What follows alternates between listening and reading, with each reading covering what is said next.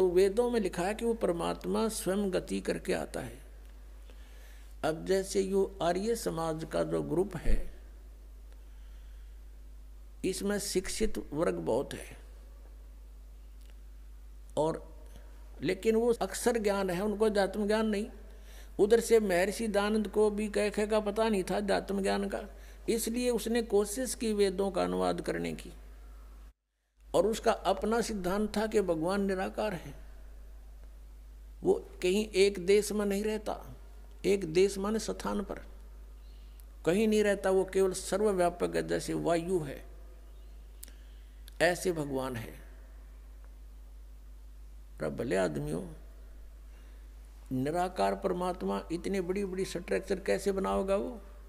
जैसे ही कोई नौका साकार कैसे बनाओगा, सुन लो साकार कैसे बनाओगा। साकार मनुष्य इंजीनियर है और जहाज बना दिया, हवाई जहाज, वायुयान बना दिया, समुद्री जहाज बना दिया, उसमें बैठ कर आराम से घूम रहा है और वो यान चल रहा है। निराकार कोई कारीगर बना के दिखा दो, मरे बादशाह के बनाओगा, वो खख बनाओगा। तो ऐसे परमात्मा मनुष्य सदृश है, उनकी वो अमित औजा है, उसकी शक्ति का कोई वार पार नहीं है। उनके वचन से सब कुछ हो जाता है। जैसे आप हम देखा करते हैं, जादूगर होते हैं, अपने मुख में एक छोटी सी गोली कंचा, इतना वो कंचा होता है, उस गोली को मुख में डालते हैं और थोड़ी देर में ओ करके इतना बड़ा मुस्कुर तो का मुंह में तो पत्थर बना देते हैं, और नो पटक दे, पट्टा उठा के देख लो कति पत्थर है। तो उस जब एक जादूगर इतना कुछ कर सकता है, और वो तो परम जादूगर, वो तो सर्वशक्तिमान, एक वचन में सब कुछ कर दे। तो ऐसे ही उस परमात्मा की महिमा से हमने परिचित होना। उस परमात्मा ने, कहते हैं, एक शब्द में सब किया, सकल जमी आसमान, एक वचन में सब कुछ बना दिया। तो समर्थ है उसको, वो कुछ भी कर सकता है। तो वो जानकारी स्वयं ही आकर दी। अरे ये निराकार बताओ भगवान को, और वेद के साकार है, निराकार है, मनु सदृश है वो। अपना आत्माओं, इसलिए परमात्मा कहा करते, मोती मुक्ता दर्शत नाही, ये जग है सब अंदरे, दिखत के तो नैन चश्म, इनका फिरा मोतिया बंदरे। ये दिख है विद्वान पुरुष और महर्षि को हमें, इनका मोतिया बंद है। जिसका मोतिया बंद हो आंखों में, आंखें तो दिखाई देती हैं जैसे बड़ा स्वस्थ आंखें हैं, सब कुछ दिखता होगा, लेकिन वो नपट अंधा है जिसका मोतिया बंद हो गया दोनों आंखों में। तो परमात्मा कहते हैं कि तुमने ये महर्षि दिखाई दे, गुरु ब्राह्मण दिखाई देते हैं, ये मंडलेश्वर, इनका मोतिया बंद हो रहा है, इन्हें अपने सदग्रंथों में लिखी हुई सच्चाई का नहीं पता। और फिर निराकार कहते।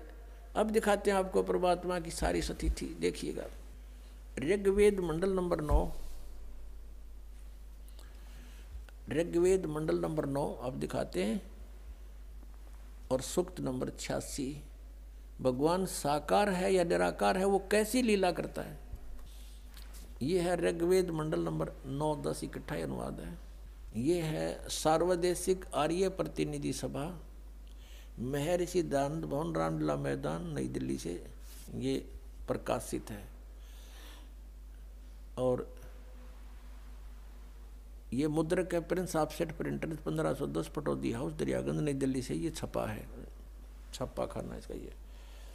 अब देखना, ये है ऋग्वेद मंडल नंबर 9 और सूक्त 86 का मंत्र नंबर 26।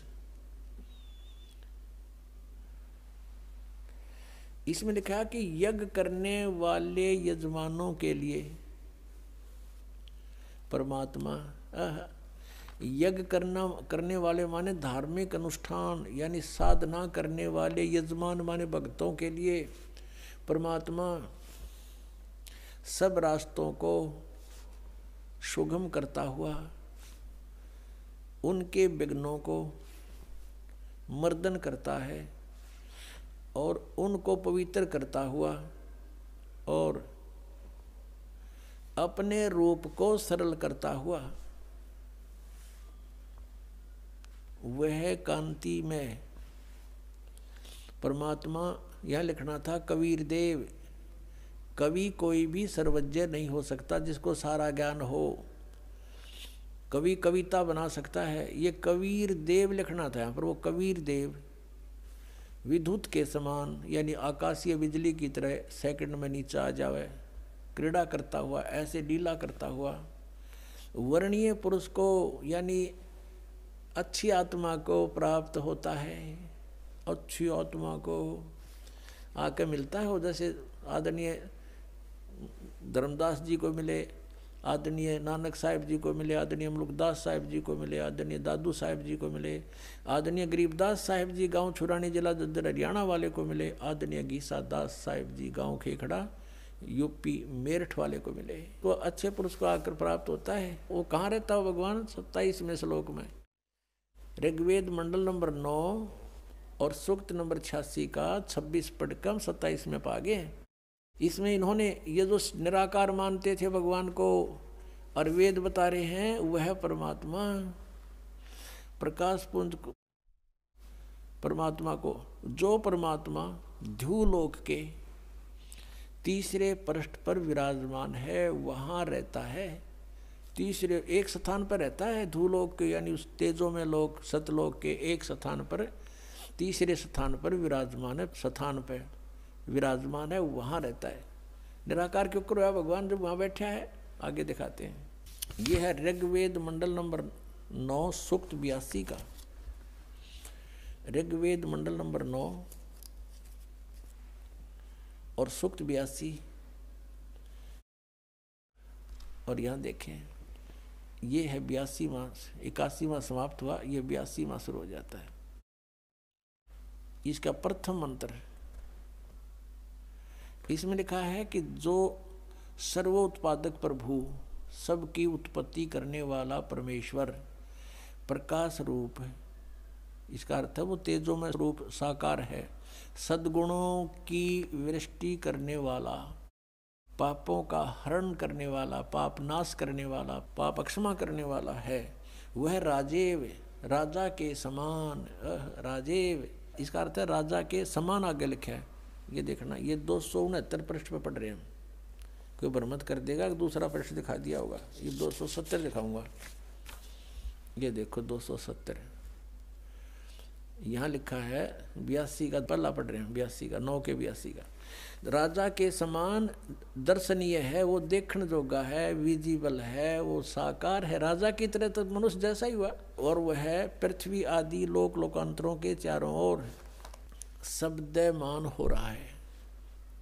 वह वर्णीय पुरुष को, वर्णीय माने अच्छी आत्मा को, श्रेष्ठ पुरुष को, जो दृढ़ भक्त है, जो दृढ़ भक्त है उसको पवित्र करता हुआ प्राप्त होता है। जैसे आदरणीय धर्मदास साहिब जी को, जो दृढ़ भक्त थे उसके बाद डगमग नहीं हुए। आदरणीय मुल्कदास साहिब जी को, आदरणीय दादू दास साहिब जी को, आदरणीय गरीबदास साहिब जी गांव छुड़ानी जिला जज्जर हरियाणा वाले को, और आदरणीय गीसा दास साहिब जी को गांव खेखड़ा मेरठ यूपी वाले को। ये दृढ़ भक्त आज तक डगमग नहीं हुए, दुनिया को हिला के रख दिया इन्होंने। इनको भगवान में ले आकर के को पवित्र करता हुआ प्राप्त होता है वर्णीय पुरुष, अच्छी आत्मा को। जिस प्रकार विद्युत माने आकाशीय बिजली स्नेह वाले स्थानों को आधार बनाकर प्राप्त होता है। देखो कितना स्पष्ट किया इन्होंने। ऋग्वेद मंडल नंबर 9 और सूक्त नंबर 81 में कति कंसेप्ट क्लियर कर दिया कि वो परमात्मा राजा की तरह देखने जोगा है।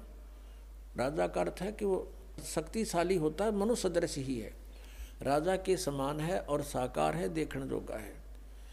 और वो अच्छी आत्मा को वहाँ से चलकर आकर मिलता है ये। और जो दृढ़ भक्त होते हैं उनको मिलता है, अन्य को नहीं। जैसे आकाश की बिजली, आकाशीय बिजली गिरती है, वो किसी वस्तु पर गिरती है जहाँ उसका विशेष अट्रैक्शन बनता है। पुराने समय में जब कांसी धातु के बेले थाली हुआ करते प्रांत, और उनको अगर वर्षा के दिनों में कहीं बाहर वो पड़े रह जाते तो हमारे बुजुर्ग दादी माता कहा करते थे कि कांसी के बर्तन पर बिजली गिर जाती है, जब उसका संयोग होता है ऊपर से गिरने का, तो वहाँ अवश्य उसी को तुरंत वहीं आकर के अट्रैक्ट होती है, उस कारण उस खिंची आती है, उसी पर गिरती है। उसको उठवाकर अंदर रखवा दिया करते थे।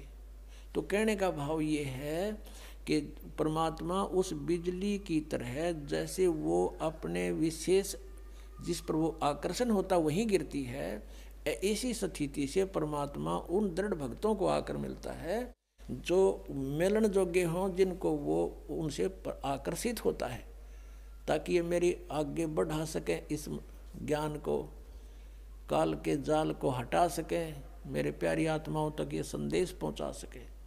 और उनका क्या कर ले, आंखें देखें जब भी ना मानो न भगवान मिलेगा, उन तक काला मिलेगा जहाँ ये रह रहे हैं। अब 9वें मंडल सूक्त 82 का मंत्र 1 पढ़ लिया, अब 2 दिखाते हैं, देखिएगा। ऋग्वेद मंडल नंबर 9 सूक्त 82 का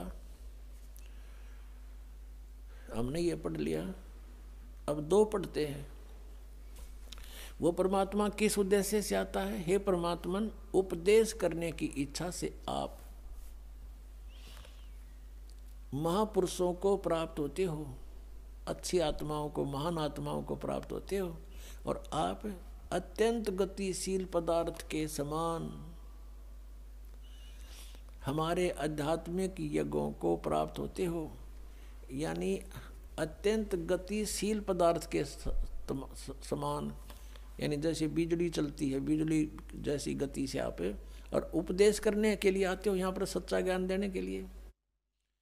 आप कबीर देव हैं, आप कबीर देव, यह लिखना था, सर्वज्ञ लिख दिया, आप यहाँ लिखना था आप कबीर देव हैं। हम उसको कबीर साहब कहते हैं, आप कबीर साहब हैं, शुद्ध स्वरूप है। अब जैसे ये अभी आपको दिखा था, जहाँ यजु लिखा हो तो यजुर्वेद लिखना पड़ेगा वहाँ पर, वो इन्होंने किया भी है। महर्षि दानंद ने यजुर्वेद के 36वें अध्याय के प्रथम मंत्र में यजु का अर्थ यजुर्वेद किया है, तो यहाँ लिखना था वो कबीर देव है, वो शुद्ध स्वरूप है। हमारे पापों को हे दूर करके, हे सोम, हे अमर परमात्मा, हमको सुख दे। पुण्यात्मा, वेद पढ़े पर भेद न जाने, ये बात पुराण 18। वेद पढ़े पर भेद न जाने, गुरु बिन काहू न पाया ज्ञाना, जो थो था बूछड़े मूड किसाना। गुरु बिन वेद पढ़े जो प्राणी, समझे न सार रहे अज्ञानी। ये अज्ञानी रहे, इन वेदों को पढ़ा करते, मैं ऋषि को आगे इन कक्का भी नहीं पता था। अब जैसे परमात्मा मनुष्य दृश्य ये सिद्ध होगा, राजा के समान देखने जोगा है, और वहाँ से गति करके आता है, जिन महापुरुषों को मिलता है, जिन महापुरुषों ने मिला उन बताया कबीर इज गॉड,